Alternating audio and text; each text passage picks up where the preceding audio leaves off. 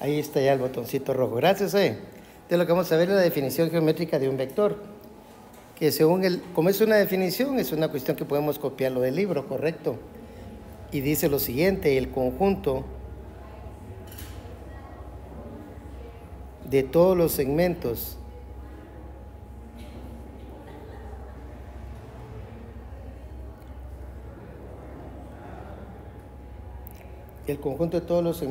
de recta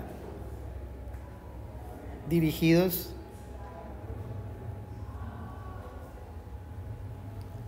equivalentes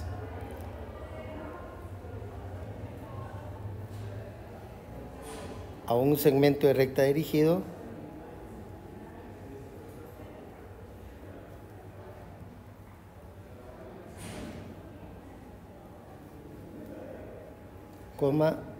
se llama vector.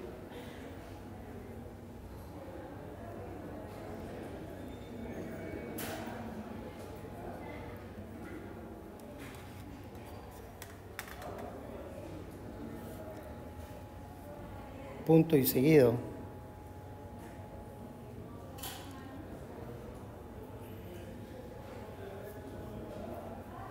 Cualquier segmento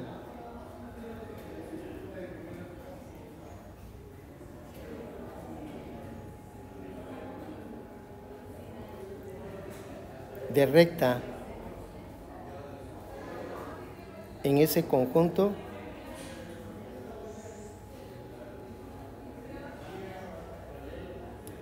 se llama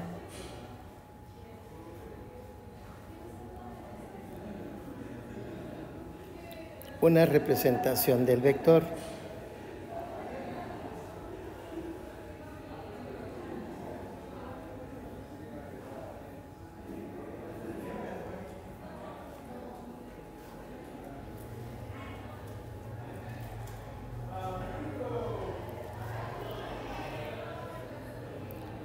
Para nuestro estudio vamos a encontrar dos tipos de vectores.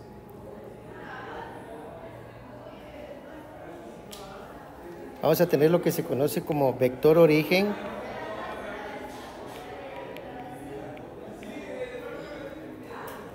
y un vector origen es cuando el punto inicial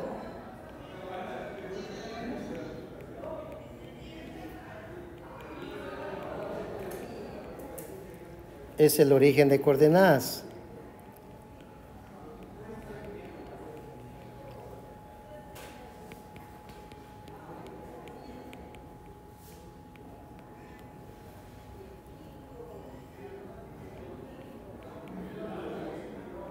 Coordenadas cartesianas.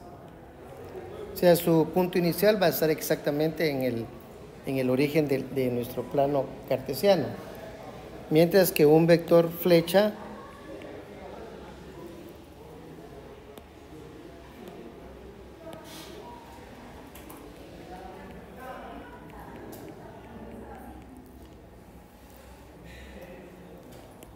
simplemente será cuando el punto inicial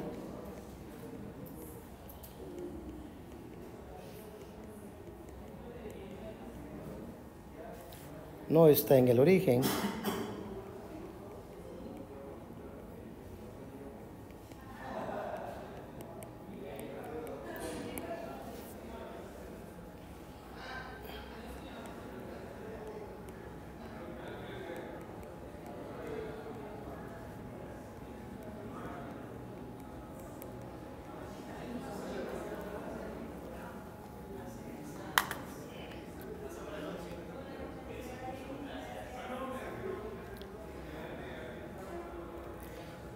Pero para terminar de complementar lo que son los vectores, porque aparte es una representación gráfica, que fue lo que estuvimos trabajando el último día de clase. Lo que hicimos fue representación gráfica de segmentos de recta dirigidos, pero también se entiende que son vectores, la representación gráfica de un vector, porque ya lo definimos ahorita, ¿no? Ahora también está la definición algebraica.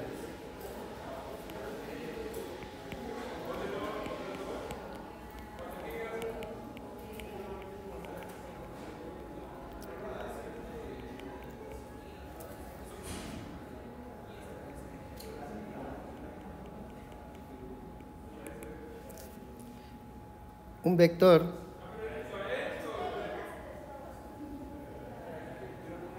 véala su representación como lo estoy escribiendo, una U con un palito arriba.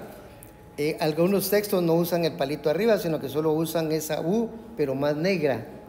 ¿Ah? Yo tengo que ponerle eso porque sí lo puedo hacer más negra. Por ejemplo, podría venir aquí y en lugar de ponerlo así, le puedo poner aquí más fuerte a esto, más grueso en este caso, y ahí ya se nota que es un vector, ¿cierto o no?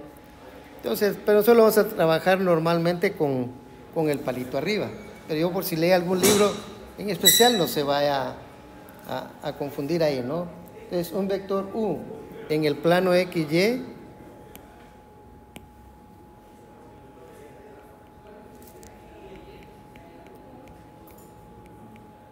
plano cartesiano, ¿no? Es un par ordenado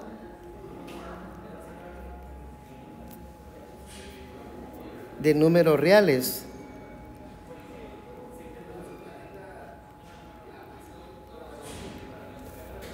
Digamos que tiene como par ordenado las letras A y B. A es un número real y B también es un número real. Y estos números, o sea, los números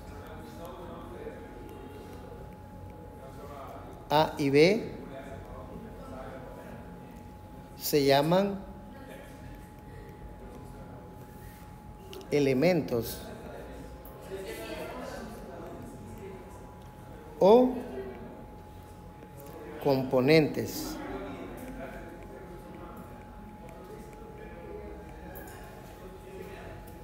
del vector B. Por alguna razón, perdón, el vector U. Por alguna razón dejé la palabra componentes con anaranjado, porque resulta que mucha gente habla de las componentes, que ya va bien en su proceso de aprendizaje, pero todavía no ha llegado al 100%, no sabe que realmente es una componente matemáticamente hablando, ¿ok? Por el momento solo vamos a asociar que una componente es un número, cualquiera de los dos, ya sea el primer número o segundo número de una pareja ordenada. Pero después vamos a aclarar matemáticamente por qué se le puso el nombre de componente. Porque hubiera bastado con dejar, se llaman elementos del vector y ya. Pero el mismo texto lo induce, pero no lo aclara. Ahora bien, supongamos que nosotros quisiéramos hacer la representación del vector dado por el punto 3, menos 2. Y aquí es donde vienen los convenios. Nosotros primero localizamos el punto 3, menos 2, ¿ok? Hagamos entonces un planito rápido.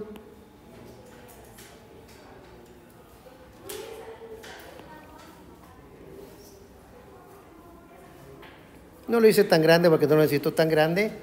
Y con el color morado primero voy a ir a ubicar el punto 3 para la X y menos 2 para la Y. De tal manera que este sería el punto que tiene coordenadas 3, menos 2. Pero cuando nosotros hacemos la representación gráfica, usamos la definición anterior. Y entonces usamos básicamente un punto inicial en el origen. Y ahí ya solo dibujamos la recta o el segmento de recta dirigida y ya sabemos que va a ir del origen hasta 3, menos 2. Y aquí ya le podemos poner su nombre, ¿verdad? Y ahí está todo. Prácticamente fue lo que ya vimos, pero lo que sí le estamos agregando y que debe tener uno mucho cuidado es el cómo se llama el origen. Cualquier vector que usted escriba de esta forma, oiga bien, o sea que solo da dos componentes X y Y, cualquier vector de esos siempre va a tener su punto inicial en el origen.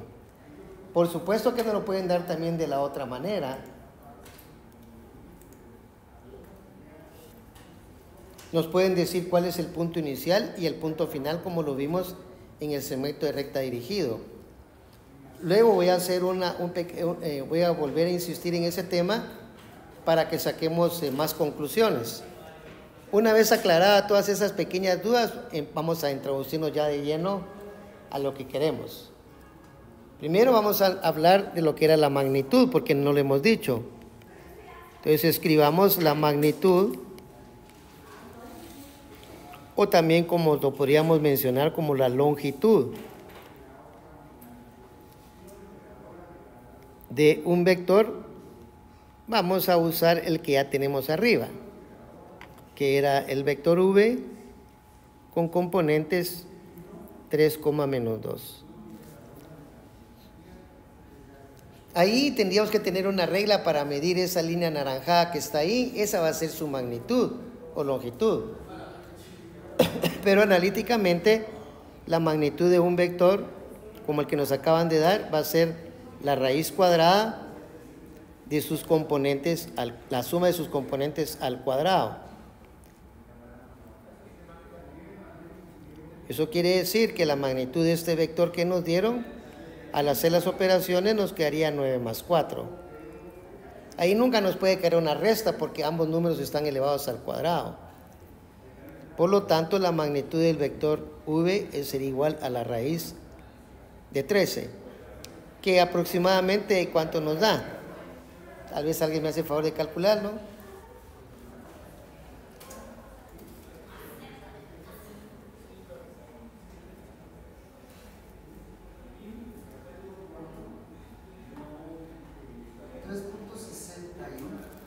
Muchas gracias. Me dijo 3.71. 6.1, muy amable. 3.61. Aquí lo correcto es ponerle U de unidades, ¿verdad? Si lo estamos haciendo en un plano donde estuviera todo en centímetros, pues decimos centímetros, ¿no? Y si está en pulgadas, pues diríamos pulgadas. Entonces, 3.61, la letra U sería unidades. En este caso sería 3.61 cuadritos. 3.61, de acuerdo al tamaño que tenga cada cuadrito, ¿no? Pero es forma de cuadro, ¿no? Y luego viene lo que se llama la dirección.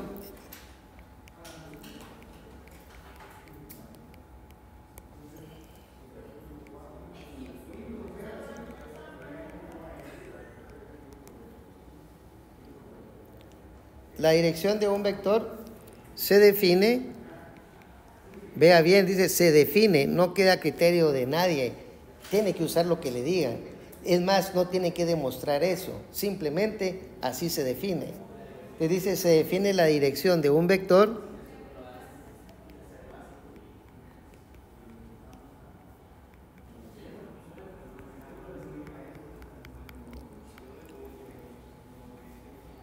digamos que fuera un V con componentes A y B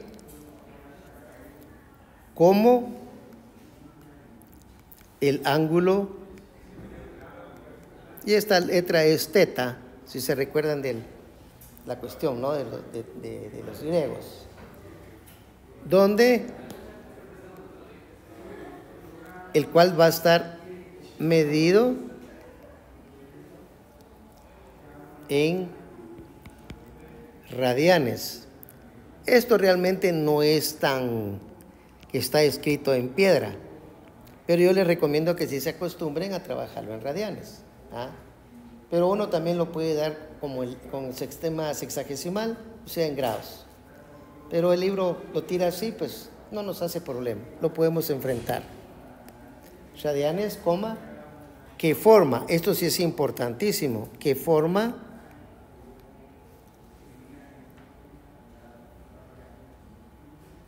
el vector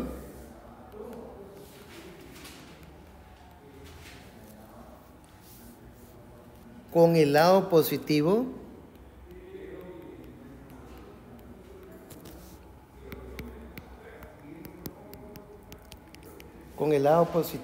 del eje X. Recuerde que es una definición, entonces uno no tiene chance de ponerlo donde uno quiere. A veces yo les critico a los de física porque ellos lo ponen donde quieren y eso no es así. Para eso hay una definición, ¿no? Del eje X. Ahora aquí hay una cosa que es muy importante tenerla clara. Dice, punto y seguido, por convención. O sea, se pusieron de acuerdo, ¿no? Por convención se escoge ese ángulo que le llamamos teta, tal que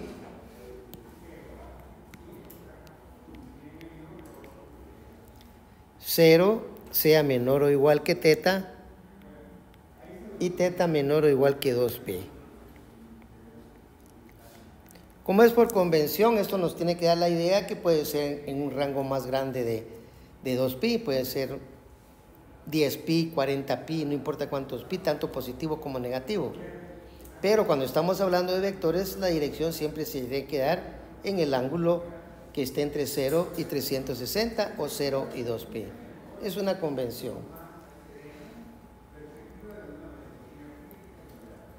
Hagamos un esquema para que, ¿cómo se llama? Para que aclaremos unas cosas que nos quiere decir el libro.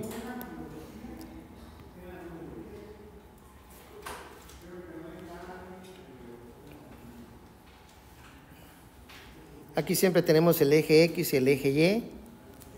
Y supongamos que por aquí tenemos el vector que queremos analizar. Digamos que estuviera por acá. No le tome en cuenta los cuadros ni nada de eso, solamente tome en cuenta el vector en sí. Y supongamos que fuera nuestro vector U. Entonces, como analíticamente hemos dicho que el vector U tiene dos componentes, una en X y otra en Y. Lo que normalmente se hace es hacer unos segmentos. Por ejemplo, se hace aquí un segmento, ya lo usamos cuando vimos el paralelismo con otro vector, ¿se recuerdan? A eso normalmente se le llama incremento en Y. Voy a poner de otro color ese porque no me gusta ese color, pero la voy a adelgazar acá. Ahora sí, este sería el incremento en Y contra un incremento en X, digamos que fuera con verde. Ok, pero el que a nosotros nos interesa es el ángulo, y en este caso pues le llamamos teta. Entonces nosotros tomamos, voy a marcar encima, pero después voy a borrar lo que dibuje. Lo que sucede es que los ángulos, cuando uno está midiendo ángulos 1 en un plano cartesiano, siempre toma como punto, como lado inicial, así se llama, el eje X, y como lado terminal, donde está en este caso el vector. Al ratito quito yo eso amarillo para que no se nos recargue la figura. Entonces, ¿cuál va a ser el ángulo? Exactamente tendría que ser, de acuerdo a lo que hemos estado platicando, este valor de acá, angularmente, ese es teta.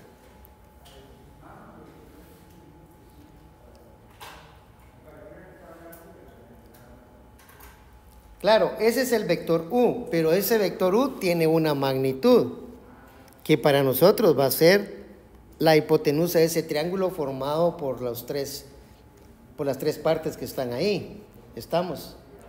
Y matemáticamente esto sería A por ser la componente en X, y esto sería B por ser la componente en Y.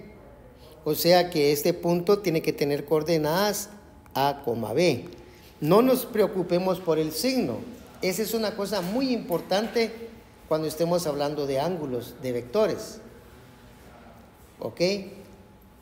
Ya teniendo todo definido, podemos demostrar muy fácilmente, yo digo muy fácilmente, que ese punto A, B va a ser exactamente igual a la magnitud de U por el coseno de teta, la magnitud de U por el seno de teta. Cuando uno mira el círculo trigonométrico, si usted se imagina ahorita que tiene un círculo con radio magnitud de U, y aquí tiene todo el círculo, algo grande, ¿no? Círculo trigonométrico, cualquier punto de la circunferencia siempre va a estar dado por el radio multiplicado por el coseno para la componente en X, y el radio multiplicado por el seno para la componente en y. A veces se nos escapa ese concepto, pero aquí cómo sirve, ¿ah? ¿Por qué? Porque así es como se define. Observe que A vale la magnitud de U por el coseno de teta y B vale la magnitud de U por el seno de teta. La igualdad es importantísima. Estoy igualando un punto que tiene coordenadas A y B a otro que tiene otros cálculos, pero siempre van a ser A y B. Entonces decimos que A es igual a la magnitud de U por el coseno de teta y que B es igual a la magnitud de U por el seno de teta. Si a eso le llamáramos ecuación 1 y 2 respectivamente, tendríamos un sistema de dos ecuaciones. Y con los sistemas de dos ecuaciones nosotros podemos hacer lo que más o menos nos plazca. Como por ejemplo, puedo hacer un cociente entre 1 y 2. Si agarro la ecuación 1 y la divido entre la ecuación 2, lo que hago para hacerlo es que divido el lado izquierdo de una con el lado izquierdo de la otra. Y luego el lado derecho de una con el lado derecho de la otra, sin perder quién fue la primera y quién fue la otra. ¿Estamos? Eso quiere decir que para hacer esa operación nos va a quedar entonces A dividido entre de B va a ser igual a la magnitud de U por el coseno de teta y todo eso dividido dentro de la magnitud de U por el seno de teta.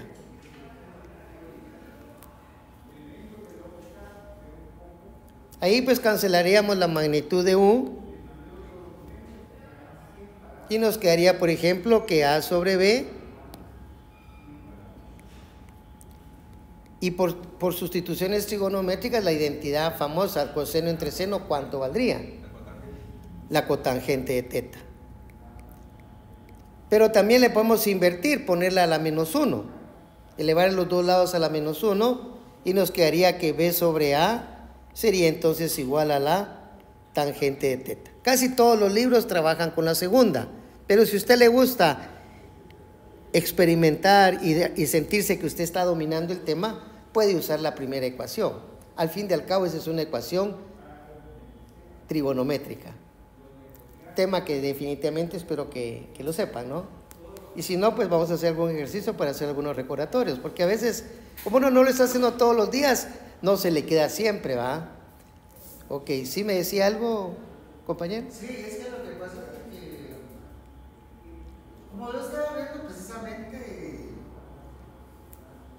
que digamos, lo que tenemos acostumbrado también, digamos, en las funciones, que lo que dividíamos era la componente en y dentro de la componente en x, entonces aquí se hizo a la inversa. Sí, como yo lo estoy tratando de formalizar.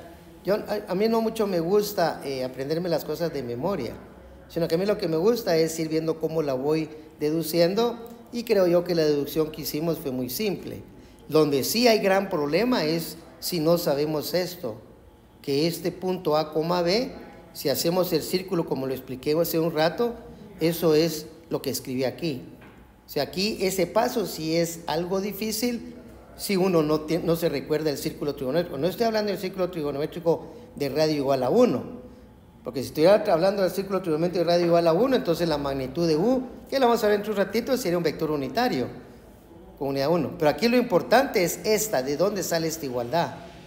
Y aquí como salen dos ecuaciones, ¿por qué? Porque la X la comparo con la X y la B o Y con la Y, y aquí pues yo trabajé de esta forma. Como le digo, muchos textos lo hacen al revés, dividen la 2 entre la 1, pero al final nosotros llegamos exactamente a lo mismo. Entonces, para mí eso es muy importante, poder entrar por donde sea. Pero ahora viene la parte más importante para mí. Pongamos un valor numérico. Si usamos el mismo vector que teníamos hace un ratito, que ya sabíamos cuál era su magnitud, nos había dado la raíz de 13, que es 3.61. Entonces, ahora vamos a calcular su dirección. Entonces diríamos, ¿quién es B? Según para nosotros B, voy a volver a poner el vector para que no se nos olvide. Creo que era vector U, no me recuerdo el nombre, pero voy a ir a revisar. Ah, no, vector V era. Le quito entonces el nombre. El vector V era era igual a 3, menos 2.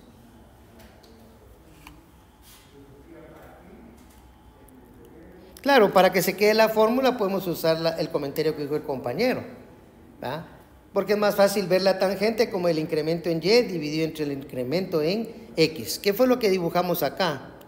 El incremento en y dividido entre el incremento en x, que es lo más común para la pendiente. O sea, eso es bastante común hacerlo de esa forma. Aquí lo que yo traté de hacer fue una deducción para que se les quedara cómo se encontraba el ángulo.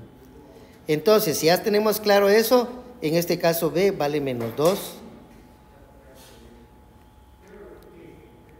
y a vale 3. Eso es igual a la tangente de teta. Aquí, para poder cancelar esto, aplicamos la tangente menos 1 en ambos lados y nos va a quedar entonces que la tangente menos 1 de menos 2 tercios va a ser igual a la tangente menos 1 de la tangente de teta. Aquí soy un poco exacto matemáticamente hablando porque así se trabaja. Otros lo que hacen es que se va a despejar la tangente de teta y la ponen como tangente menos 1. Pero es bueno recordar todo esto. Entonces aquí nos va a quedar que la tangente menos 1 de menos 2 tercios es igual a la tangente menos 1 de la tangente de teta. Eso va a ser entonces teta. Lo puede anotar aquí arriba. Dicho en otras palabras, teta es igual, perdón, lo voy a hacer más arriba.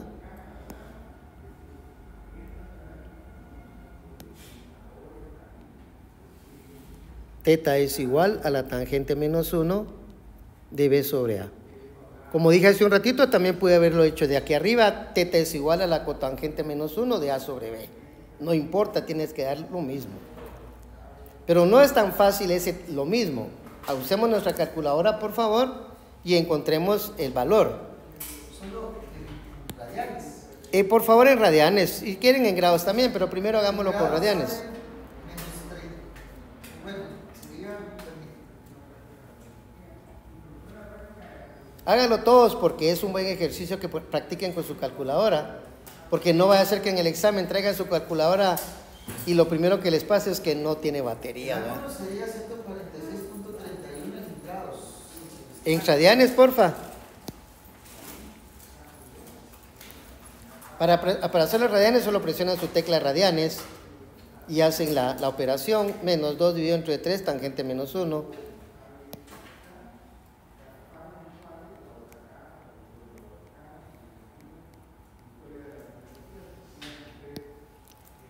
¿Cuánto nos dio teta?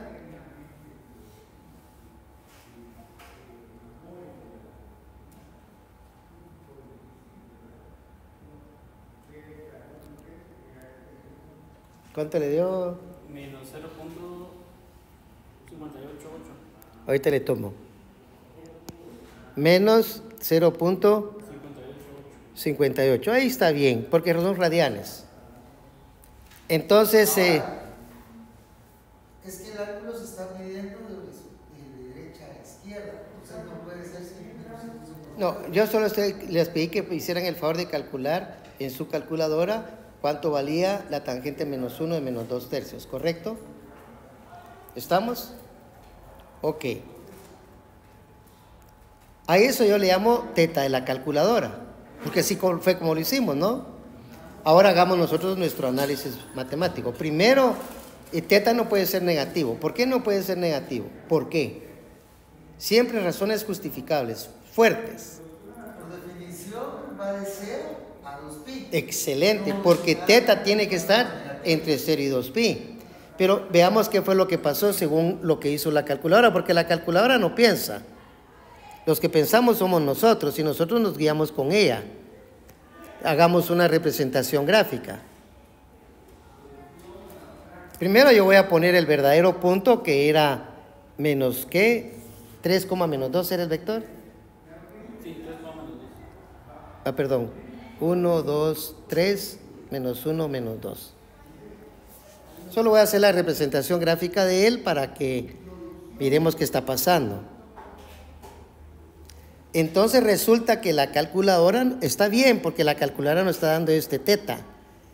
Recuerde que yo hasta le puse un subtítulo, teta de la calculadora. ¿Sí? Pero según lo que nosotros hemos visto, de acuerdo a lo que dijeron, el verdadero valor tenía que estar entre 0 y 2pi. Vea que siempre tiene que estar entre el eje X, Y y el vector. También puede ser el que está ahí marcado como teta de la calculadora, pero se sale del convenio que tiene que estar entre 0 y 2pi. Por lo tanto, el verdadero valor de teta, ¿cuál sería? Si estamos trabajando en radianes, sería 2pi, que sería la vuelta completa, y le sumamos ese valor que es menos 0.588. Por lo tanto, teta, ¿cuánto vale? 5.69. ¿Cuánto? 5.70. 5.70, gracias. Solo le agregamos las letras radianes, ¿verdad? Entonces, ahí lo único que hay que tener cuidado, haga siempre su representación gráfica, mira dónde le queda, porque también, digamos, la tangente tiene otro gran problema. ¿Cuál es el otro problema que tiene la tangente? Por ejemplo, si la tangente fuera positiva, por supuesto podría estar en el primer cuadrante, ¿cierto o no? Pero también podría estar en el tercer cuadrante.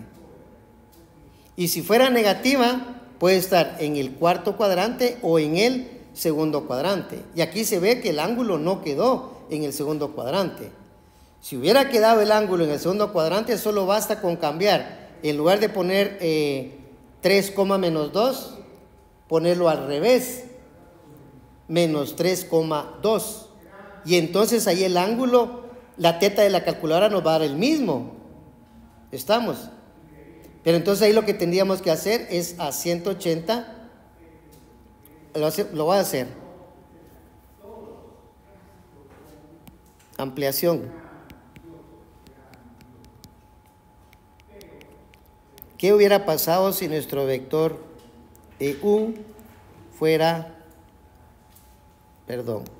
menos 3,2? Bueno, si fuera 3, menos 2, si hacemos lo mismo que hicimos hace un rato, nos va a dar ese mismo ángulo de la calculadora. Por eso yo le insisto mucho que usted lo ponga así, teta de la calculadora. Entonces, a pesar de que el verdadero vector ahora va a estar en menos 3 y 2, aproximadamente acá, y aquí va a estar el vector. Pero ¿cómo se llama el teta de calculadora? ¿Qué va a pasar? Que el teta de calculadora no lo va a estar marcando acá. Aquí va a estar el teta de la calculadora, siempre. Pruébelo, por favor. Ahora tendría que hacer la división de menos 3 entre 2 y tangente menos 1. Y el teta de calculadora va a ser el mismo. ¿Estamos? Entonces, pero ese no es el ángulo real. El teta de la calculadora estaría aquí, estos por opuestos por el vértice. Yo le voy a poner teta de calculadora. Pero el verdadero teta para nosotros debiera de estar acá. La voy a poner con otro color mejor, verde, estaría bonito.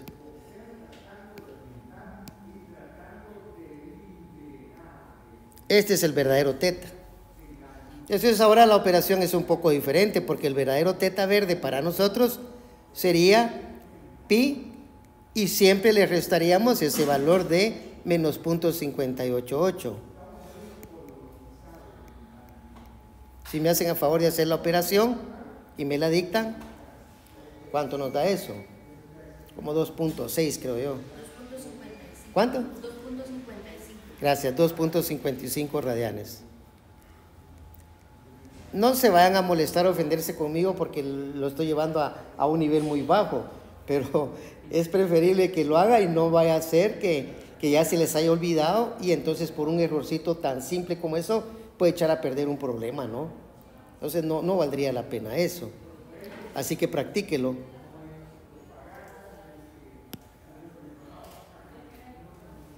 ¿Alguna pregunta de lo que expliqué?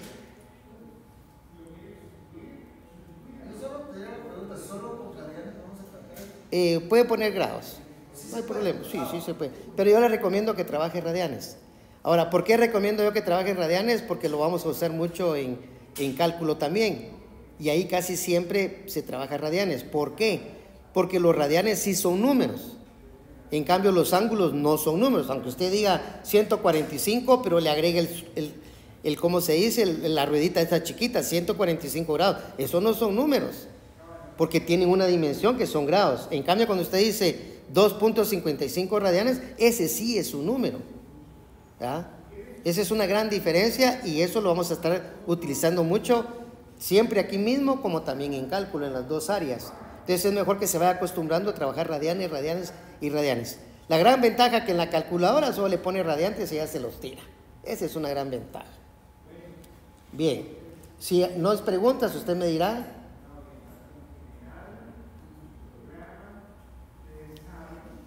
Bien, si no hay preguntas, veamos este otro concepto. Este concepto sirve mucho, pero hay mucha gente que por alguna razón se les escapa. Pero es muy importante tenerlo claro. Si no se le queda hoy, trate de repasarlo en el fin de semana. Recuerde que mientras usted vaya siguiendo el rollo de estudiar todos los días, usted va a ir mejorando. Yo sé que los primeros días le cuesta a uno, a mí me cuesta. Yo cuando agarro un curso, los primeros días me quiero quedar despierto y empiezo a las 10 de la noche, ya a las 10:05 tengo sueño. Estoy cansado de todo lo que he trabajado y todo el rollo, ¿no? Lo mismo les va a pasar a ustedes. Pero yo le apuesto que si hace el caso contrario, llega a las 10 y se pone a ver televisión, termina a las 12 tranquilo, sin sueño, sin nada. Ese es un fenómeno donde usted se debe dar cuenta que no se ha acomodado a estudiar usted solo. De la primera noche 5 minutos es suficiente. La segunda noche dele por lo menos unos 10 o 15. Y así va poco a poco hasta que usted encuentre su verdadero valor para poder ir día a día. Porque eso cuesta, yo les soy honesto, eso cuesta. Pero ahí usted quiere seguir mis consejos. Vamos a ver lo que se llama producto por un escalar. Los escalares se le ponen letras también. Y la gran particularidad que ellos son números. Entonces en este caso se dice que K pertenece a los reales. Y vamos a partir que tenemos, digamos, un vector U que tiene coordenadas. Este es otro convenio que yo hago mucho. También lo hace el libro y muchos libros. Si el vector es U, entonces si es un vector del plano, tiene dos componentes. Es para diferenciar la una y la otra. En lugar de ponerle A y B, se usa U sub 1 y U sub 2. Y esto nos ayuda. Por ejemplo, si el vector fuera de 3 dimensiones, entonces sería U1, U2 y U3. Es muy fácil de llevarlo. Y cuando se hacen demostraciones, es muy fácil trabajar así las componentes. Mientras que cuando se ponen letras como A y B, se le complica a uno un poquito. Pero ahí usted se tiene que ir acomodando. Vamos a hacer una tabla muy sencilla donde vamos a poner aquí el valor de K. Y aquí vamos a poner el producto escalar. K, le voy a poner un color rojo al producto. Es un producto, solo que se llama producto escalar, por eso lo puse con rojo. Porque no es el producto normal. O sea, no es ¿cómo se llama? El producto de dos números. Tal vez si pusiera el producto de dos números le pondría una X o un puntito. No, aquí es el producto de K por el vector U.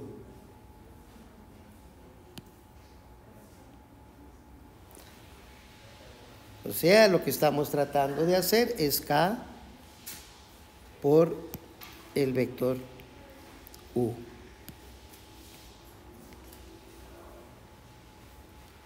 Analíticamente esto sería K por, y entre paréntesis ya podríamos poner las componentes de U, que es U1, U2, y ese resultado va a ser K por U1 más, no, perdón, K por U1,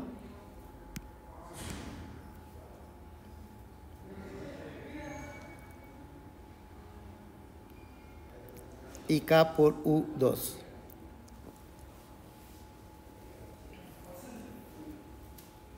Aquí yo insisto un tema que, bueno, este semestre creo que no voy a llegar hasta ahí porque mi ambición es otro rollo, complementar con cálculo, porque el problema de la licenciatura de ustedes es que llevan cálculo y ¿cómo se llama? Y álgebra lineal a la vez. En cambio en plan SAO está un poco mejor ordenado. En plan SAO se lleva primero álgebra y después cálculo, entonces da bien tiempo a dar álgebra no empezando por vectores. Pero bueno, no importa, yo sé que ustedes van a agarrarle la onda. Vea que en el último paréntesis no aparece ese asterisco rojo. ¿Por qué? Ya se hizo una multiplicación algebraica. Es una multiplicación de números, ¿verdad? De números reales. Entonces su símbolo debería ser un puntito o simplemente así como lo dije. Pero es muy importante que se den cuenta de eso para que ustedes vayan reconociendo que este es el producto por un escalar. ¿Ah? ¿Quedamos todos bien ahí? Perfecto, entonces sigamos. Esto es lo que se usa mucho también en física para ver las direcciones como en el electromagnetismo. Sí, puede ser, puede ser. De hecho, vamos a ver también vamos a ver el producto escalar. No el producto por un escalar, sino el producto escalar, que es el que más se usa. ¿Ah? U.B, por ejemplo. O el producto cruz, U cruz B. Y así hay un montón de aplicaciones ahí. Pero esto lo que hace para nosotros es otro objetivo. El objetivo es que pasa, dependiendo de los valores que tenga acá, con el vector final. Porque no creo que haya duda de que si este es un vector U, este K por U va a seguir siendo vector. Vea lo que escribí acá. Aquí lo estoy diciendo, solo que no lo dije con palabras normales, sino solo lo escribí. Este es un vector, pero este también es un vector. Eso quiere decir que el producto de un escalar por un vector, el resultado es un vector. Pero ¿cómo va a ser el resultado? Pues va a depender mucho de cómo sea acá. No va a depender de cómo sea U1 y U2, sino que va a depender del valor de K. Entonces miremos la primera línea de nuestra tabla, que va a analizar acá, que va de menos infinito a menos 1. Si K toma ese valor en ese intervalo de menos infinito a menos 1, entonces resulta que el resultante va a ser más grande. O sea, el vector K por U va a ser más grande, pero con dirección opuesta. Para calcular la dirección opuesta solo le suma pi y se terminó el problema. Entonces, si usted multiplica con el valor de K con valores entre menos infinito y menos 1, el negativo va a ser que sea la dirección opuesta. Y el más grande es porque de menos 1 para arriba lo va a hacer más grande, así de simple. Luego podría estar entre el intervalo entre menos 1 y 0. Estos son valores como menos 0.5 y toda la onda, ¿no? ¿Qué nos va a probar aquí? Aquí lo que nos va a dar es que va a ser más pequeño. Pero siempre va a tener con dirección opuesta.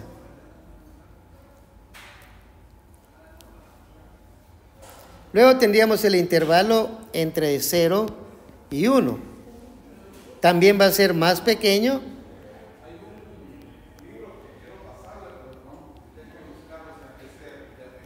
Pero con la misma dirección.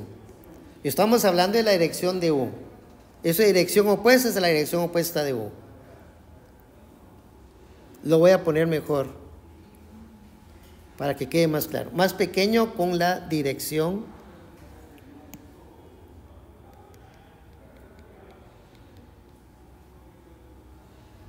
a U. O sea, va a ser paralelo. Todos son paralelos. O sea, cuando usted multiplica un escalar por un vector, el vector resultante va a ser paralelo al original. Solo que uno va a tener la misma dirección y en otros va a tener la dirección contraria.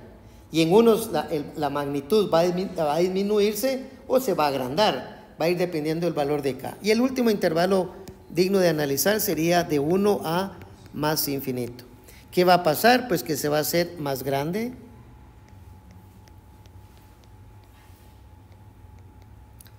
Y va a mantener la dirección, con la dirección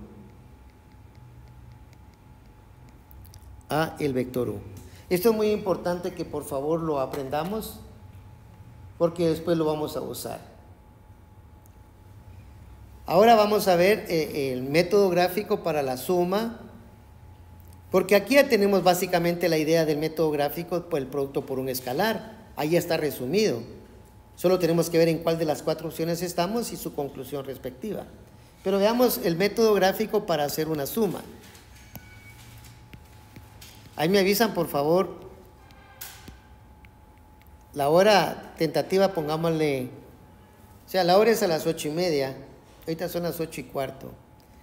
Algunos días vamos a salir tempranito, pero algunos días nos vamos a atrasar hasta la hora que realmente es la salida, ¿verdad? Porque a mí no me gusta a veces dejar los temas a medias, porque si no, se atrasan. Entonces, en el método gráfico, lo que estamos interesados es mostrar cómo se hace una suma de vectores.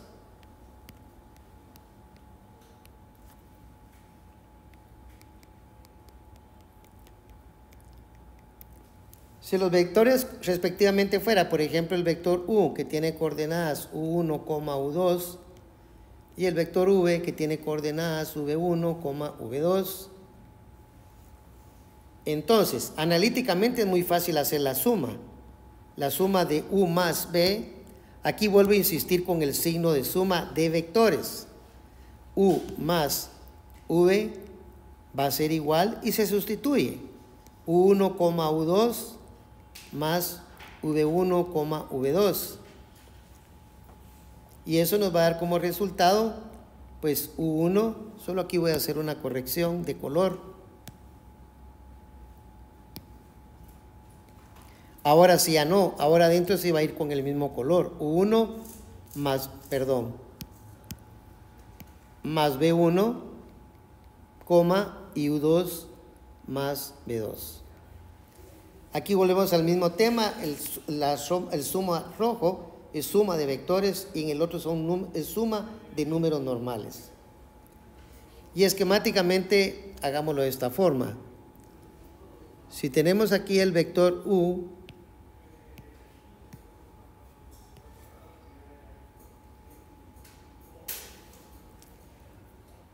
y por aquí tuviéramos el vector V,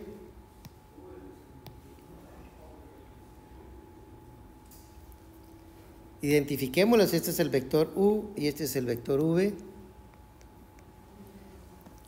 Entonces, lo que uno hace, utiliza un concepto que ya vimos, que eran los vectores equipolentes o equivalentes. La palabra equivalente la usan en GeoGebra, pero para nosotros matemáticamente es equivalente, pero es lo mismo. Entonces, ¿qué hacemos? Dibujamos un vector U que pase exactamente en el final del vector V. O sea, un vector que tenga la misma dirección y la misma magnitud. Yo tengo la suerte que aquí para mí se me hace muy fácil hacerlo. A ver qué tal le va a usted. Yo para ¿cómo se llama? Para la magnitud, pues cuento los cuadros. Este tiene 1, 2, 3, 4, 5, 6, 7 y 8. Así lo pongo con 8 cuadritos. Y ahí los voy contando. 2, 3, 4, 5, 6, 7 y 8. Segurísimo que sin necesidad de contar, el vector V va a estar al final del vector U inicial. Oh, perdón. Ahí me jugó feo la máquina.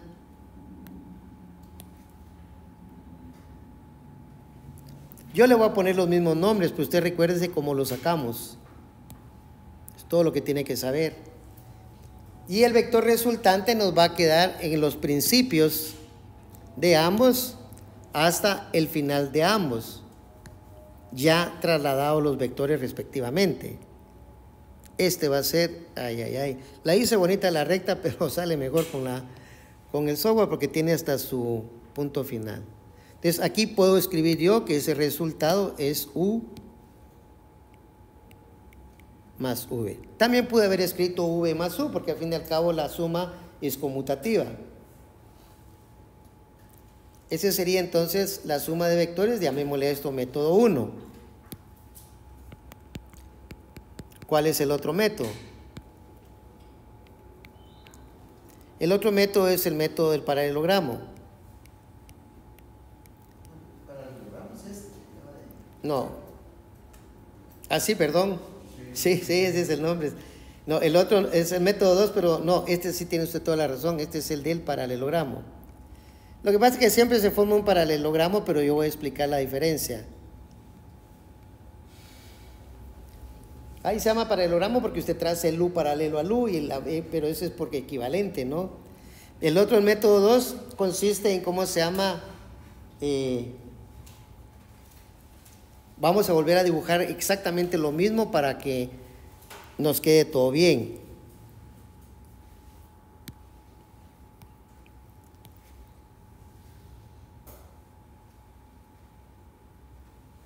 Este es exactamente igual al de arriba.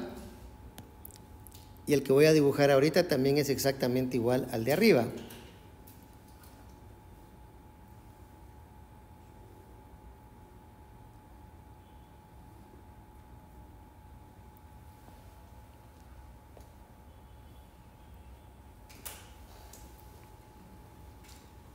Ah, no lo hice bien. Le quité un cuadrito. Pero ahorita lo hago bien.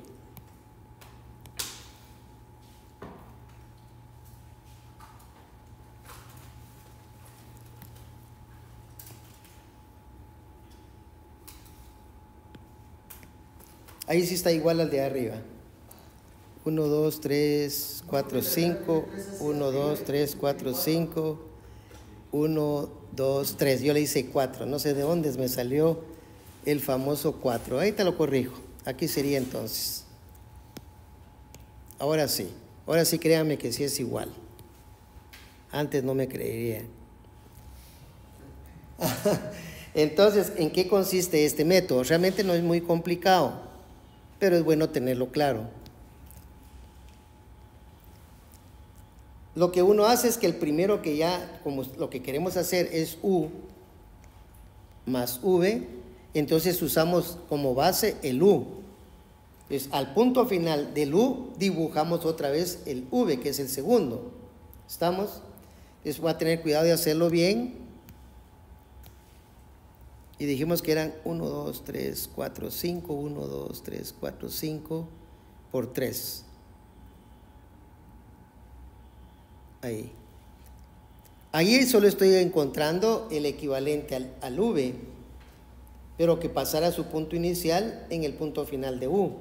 Y ahora ya solo me tiro entre los dos, entre punto inicial y punto final, de acuerdo a la figura, y eso nos va a dar el vector U más V.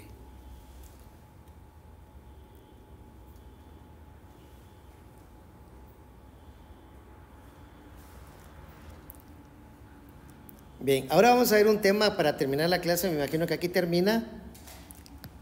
Y yo lo doy porque a veces no sé, a veces el libro lo tira de una vez y uno como que necesita alguna explicación. Vamos a hablar algo que se llama ecuación vectorial. La ecuación vectorial se va a tratar de basar en lo que hemos hecho geométricamente. Para eso vamos a hacer nuestro plano de cartesiano.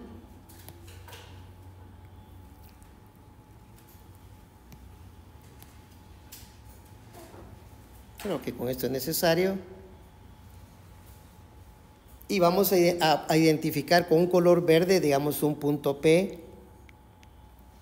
Aquí estamos prácticamente como repasando todo lo que vimos. Y digamos que aquí tuviéramos un punto Q.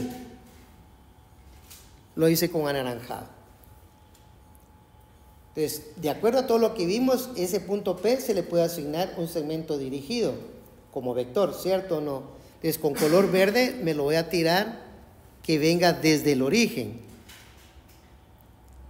Y le voy a poner aquí su nombre, que es el vector P. Vea cómo va cambiando todo. El punto P y ahora se llama vector P, pero todo está claro de acuerdo a todo lo que hemos visto entre los días que les he podido dar clase. Y lo mismo vamos a hacer con el vector Q.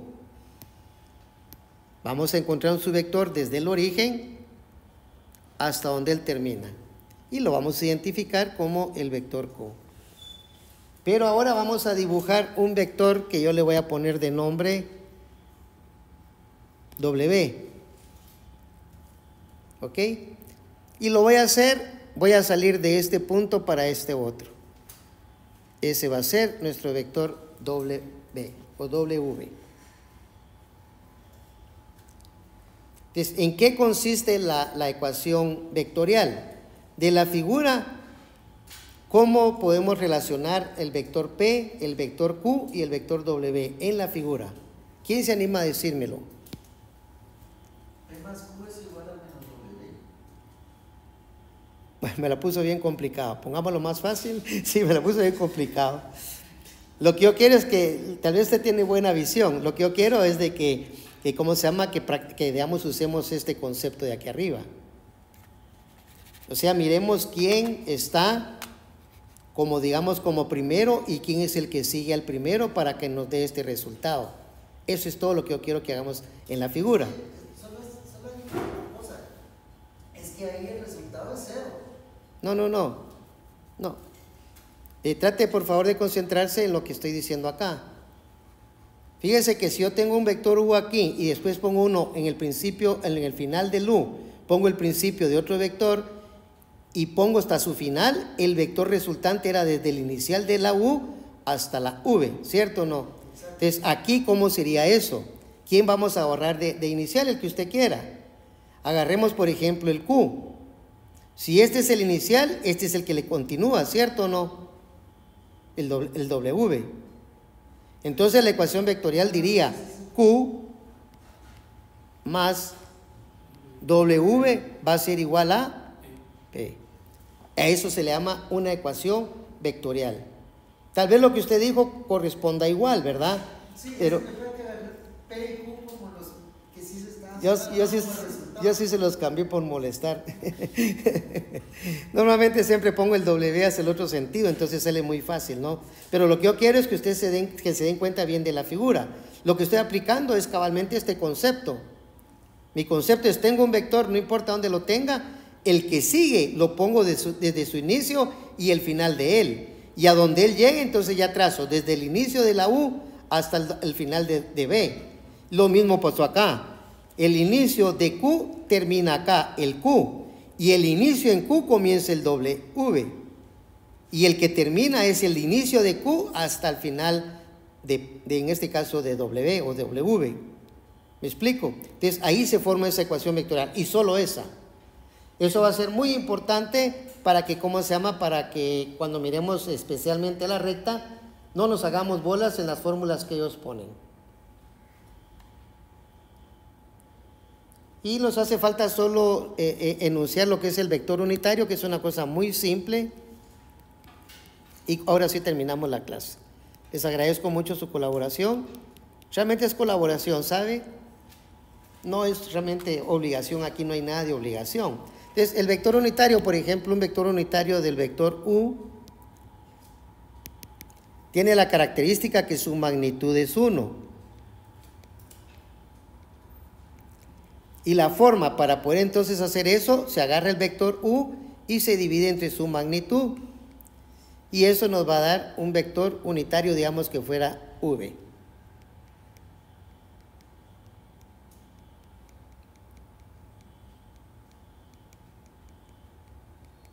Por ejemplo, si U fuera 3,4, este se usa mucho porque es exacto la suma de los cuadrados.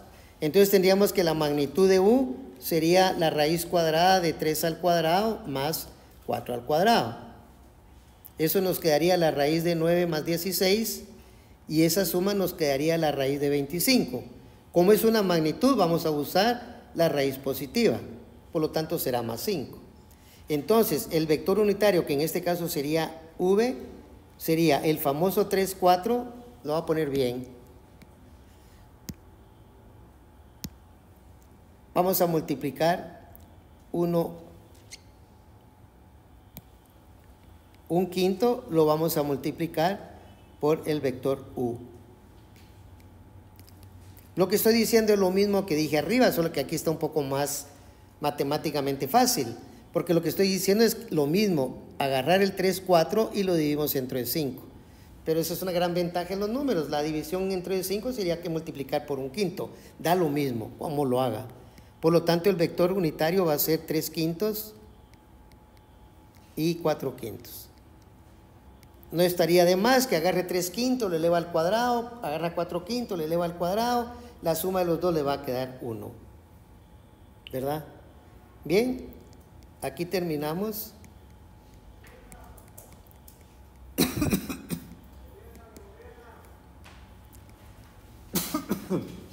Creo que es el 11.1 con fecha. La fecha yo la guardo porque me sirve a veces para ver cómo voy, 17 de enero. Y ya no les quito nada de su tiempo. Y los espero el próximo día de clase.